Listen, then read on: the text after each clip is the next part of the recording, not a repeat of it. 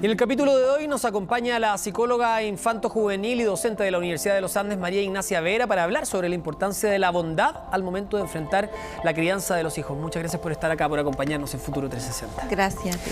Bueno, yo quiero aprovechar de citar también un reportaje donde fuiste citada, donde fuiste entrevistada en la revista Ya, que me pareció muy interesante, firmado por Sofía Bochat, donde hablaba también de la importancia de la bondad al momento de la crianza. Hay un estudio muy interesante que quiero citar para que empecemos a conversar, que se llama Los niños que queremos criar, que se hizo en Estados Unidos y se le preguntaba a los papás qué querían para sus hijos. El 90%, casi el 100% de ellos dijo que sean buenas personas, que sean bondadosas, que sean preocupadas. Después hicieron el mismo experimento y le preguntaron a los niños y dijeron, bueno, mis papás quieren que yo sea exitoso y que tenga buen rendimiento. ¿Cómo explicamos, María Ignacia, esta dicotomía, esta diferencia tan radical? Bueno, eso yo creo que tiene que ver con lo que se va reforzando finalmente. O sea, esta discrepancia general entre lo que es el discurso, lo que uno quiere para el hijo, pero lo que los hijos perciben que los padres valoran.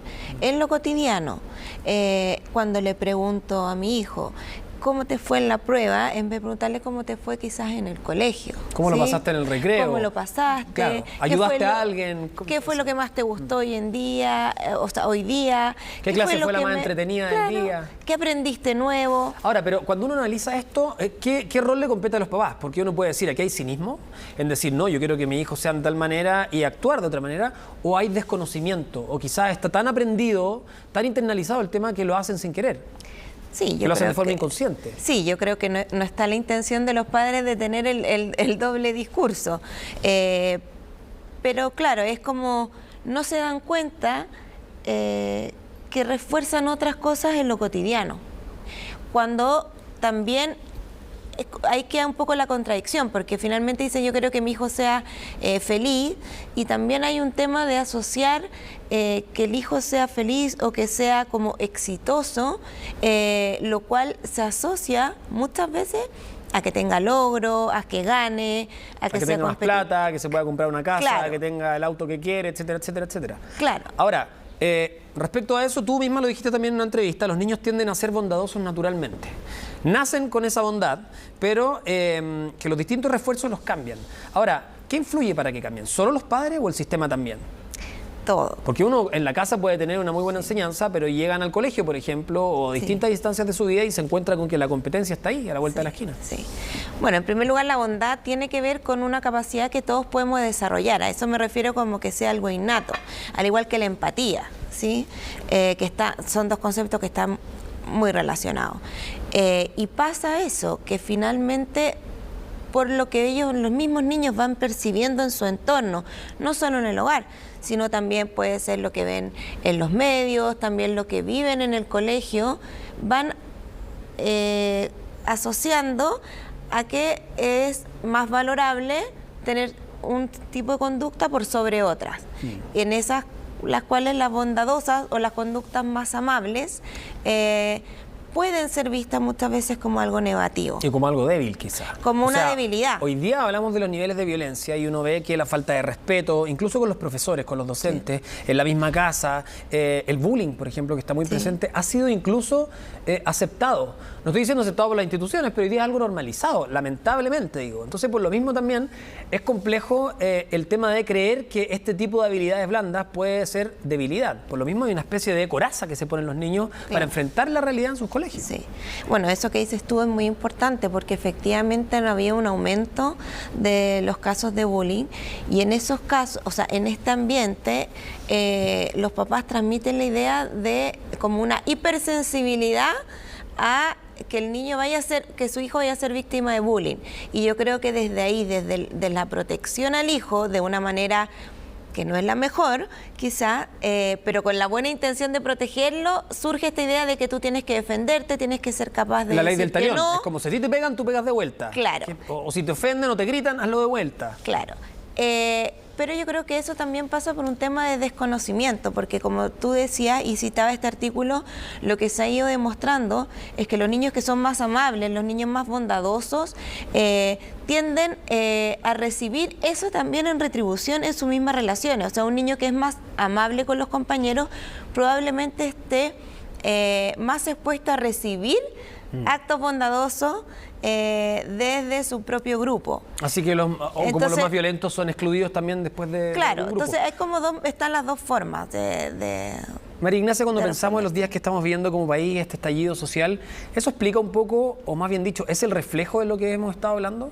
Porque uno ve el nivel de violencia, el nivel de cansancio, el nivel de enojo, el nivel de ira que ha generado esto, y uno dice, bueno, quizás fue porque, cuando dicen no son 30 pesos, son 30 años, es porque esto se ha ido exponencialmente poniendo en aumento para que las personas lleguen a este nivel. O sea, quizás esto es parte o resultado de una sociedad exitista que hemos tenido en las últimas décadas.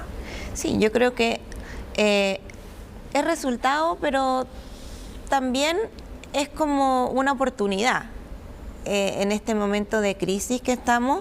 O sea, nosotros los psicólogos consideramos siempre la crisis como una posibilidad de oportunidad, donde está la oportunidad de poder, en este caso particular, de poder estar más atento a las necesidades de otro o estar más atento a lo que necesita el que está cercano. O sea, eso lo hemos visto las mismas empresas, por ejemplo, que han sido más flexibles con sus propios empleados por las mismas dificultades del transporte, ¿sí? Entonces también es una oportunidad de poder ser más empático y como decir, bueno, a ver en qué es lo que está el otro y en qué puedo yo ayudar al otro a aliviar su sufrimiento.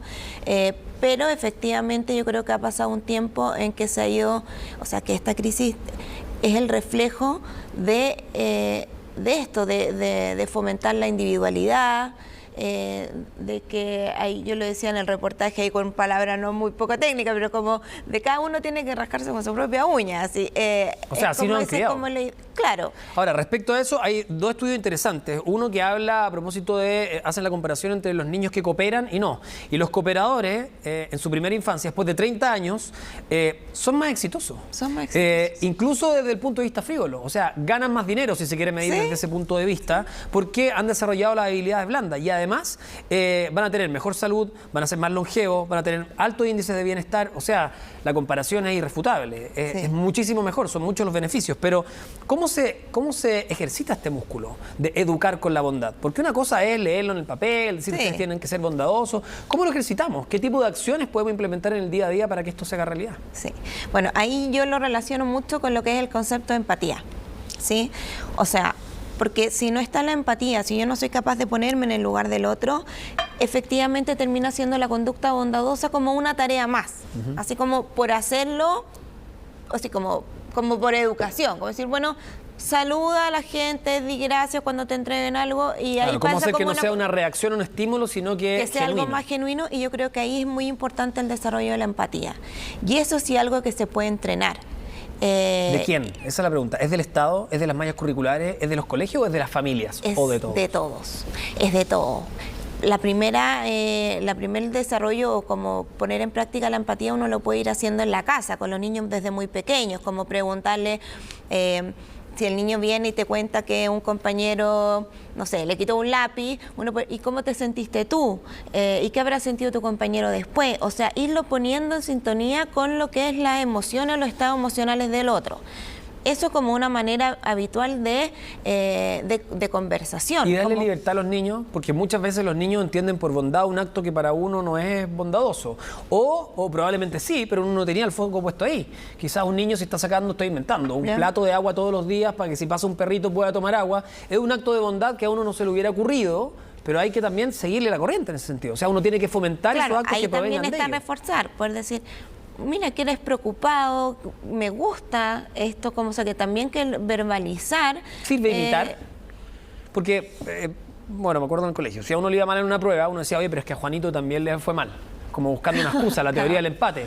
Y tus papás te decían, a mí no me importa cómo le vaya a Juanito, me importa cómo te vaya a ti. Que igual hay algo de individualismo ahí. Pero también, si uno lo ve desde el otro punto de vista, si los papás pueden ver una buena acción de un niño, pueden decir, mira, ahí está Juanito, mira lo que hizo de bueno. También sirve copiar. Yo creo que depende del punto donde nos situemos. Sí, yo creo que por eso, o sea, lo que tiene que ver con la empatía tiene que ver con, se puede enseñar o inculcar de varias maneras, desarrollar o fortalecer de varias maneras.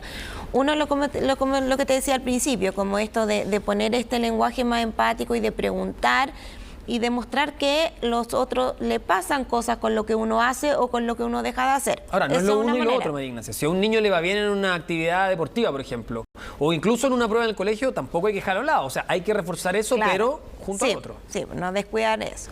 Pero o por ejemplo, el mismo esto de si ganó, participa un equipo de fútbol y ganó, bueno, ver cómo el trabajo en equipo, cómo el respeto entre todos también nos iba ayudando. Ahora, hay otras maneras también que tiene que ver con lo que tú decías, como que también que observen. O sea, que observen gestos bondadosos. Ahora yo creo que también de parte del sistema educativo, o sea, hoy en día los colegios están más centrados en todo lo que es la educación por proyecto, todo, ahora en casi todos los colegios hay educación en la convivencia, o sea, se está viendo que es importante no solo entregar conocimientos teóricos a los niños, sino que también el saber relacionarse.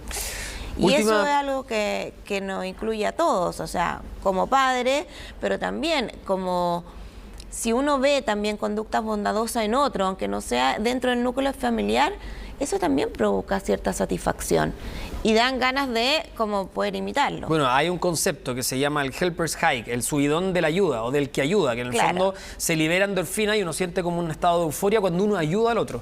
Para cerrar, Claudio Naranjo habla de un concepto que se llama competencias existenciales y a través de esto lograr una educación sanadora, dice él. Pero como partimos el programa dando una cifra que es escalofriante, que dice que 3 de cada 4 niños es violentado. El 73% de los niños sufre violencia física o psicológica de parte de uno de sus padres, según datos de la UNICEF. Bueno, ¿cómo podemos cambiar eso? ¿Cómo construimos una ciudad o ciudadanos sanos si tenemos estas cifras tan negativas? Sí.